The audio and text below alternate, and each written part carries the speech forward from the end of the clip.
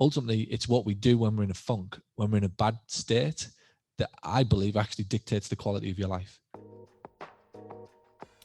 This is the Paul Gough audio experience. Whether you call yourself a PT, a physical therapist, or a physiotherapist, and wherever you're listening to this right now, this is for you. It is me revealing everything I can to help make you a more successful business owner. Thanks for listening. It means the absolute world to me. Hey podcast listeners, it's Caitlin here, and I help members of the Paul Gough community systemize their online marketing so they can take their clinic to the next level. I'm excited to bring you today's episode of the Paul Gough audio experience, where Paul gives some inspiration for how to make it through the bad days when you are struggling to achieve success in your clinic. Instead of holding yourself to the standard of being a 10 out of 10 every day, Paul shares what you should do realistically to keep your momentum up during tough times and how you could be reacting in a way that negatively impacts your business's success. If you like this podcast and are struggling to stay positive in the midst of your difficulties to grow your clinic's marketing, check out Paul's New Patient Accelerator program. This course will help you to increase your clinic's profits by 50 to 250% in the next 12 months.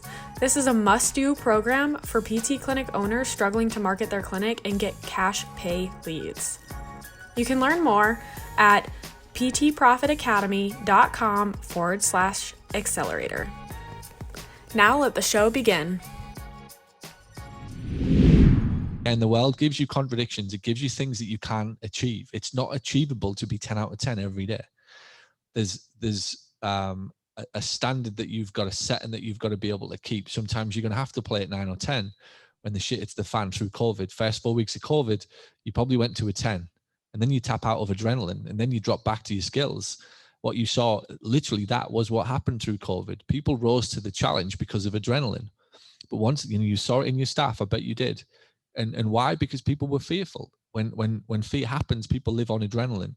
So you didn't necessarily see what was true until about 6 to 8 weeks later. And then it was the ones that were still going that actually sunk to the level of their training or sunk to the level of their skill sets. So to play it at an 8, I think it's a very good way to look at it, rather than look at the hustle, which suggests you've got to like grind every minute of it's not possible. You can't be happy every minute of the day. And equally, you shouldn't be miserable every minute of the day. There's a range of emotions that we all go through, and it's just trying to understand what those are and ultimately how you can change them. If you're having a bad time, accept it. Wait a few hours, it'll probably go away. I was explaining to somebody recently who's having a bit of a bad time, a family member, and he's just hopefully coming through it, but it's going to be a long stretch for him to get where he wants. And he said, I'm having really good days. And all he wanted to speak about was the good days. I said, I don't really care what you do on the good days. I said, I care more about your bad days. He said, what do you mean? I said, well, I know what's going to happen. You're going to have 6 good days. You're going to have a bad day, and you're going to fuck it up on the bad day. You're going to do something stupid. You're going to drink something, take something, gamble something, you're going to fight with somebody. You're going to do something stupid on day 7. And day 7 is going to undo all of the good work. You're going to have 6 good days, and you're going to make one stupid fucking decision on your bad day. Said differently, ultimately, it's what we do when we're in a funk, when we're in a bad state, that I believe actually dictates the quality of your life. Again, it's contrary to what people will tell you on the mass level, on the macro level of life. They tell you to focus on the good days. I actually think most of the momentum that you're building in your life will come from what happens on a bad day, if there is such a thing. Not necessarily the bad day where you just feel a bit shitty, where you just feel a bit down, you feel a bit low, you feel as though the mood, for whatever reason, isn't there.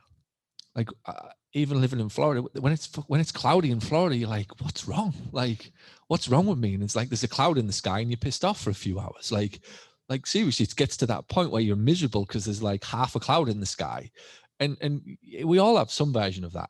That it's not necessarily possible. When people say I'm seeking happiness, it's as if it's this zero-sum game where you've found it, you've got it, and now because you're happy on a Wednesday, you're going to be happy for the rest of your life. It's not. You'll have a day where you feel shit. You'll have a day where you feel down. You'll have a day where you feel a bit stressed. You'll have a day where you feel really fucking happy.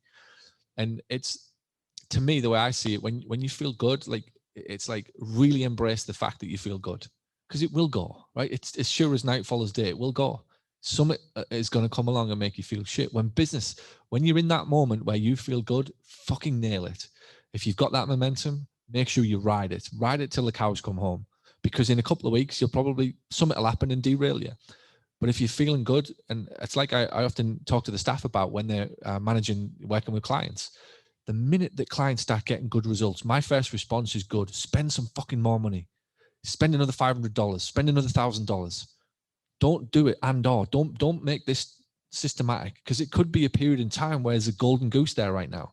If your Google ads are firing, bang, spend another 1,000, because there might be a month where it doesn't, and we might need to pull back.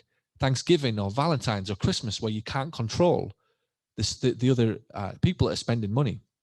It's not linear. That's what I'm trying to say. And I think once you get that cognitive awareness as a business owner, you're not going to always be successful every day. It's not always going to feel good every day.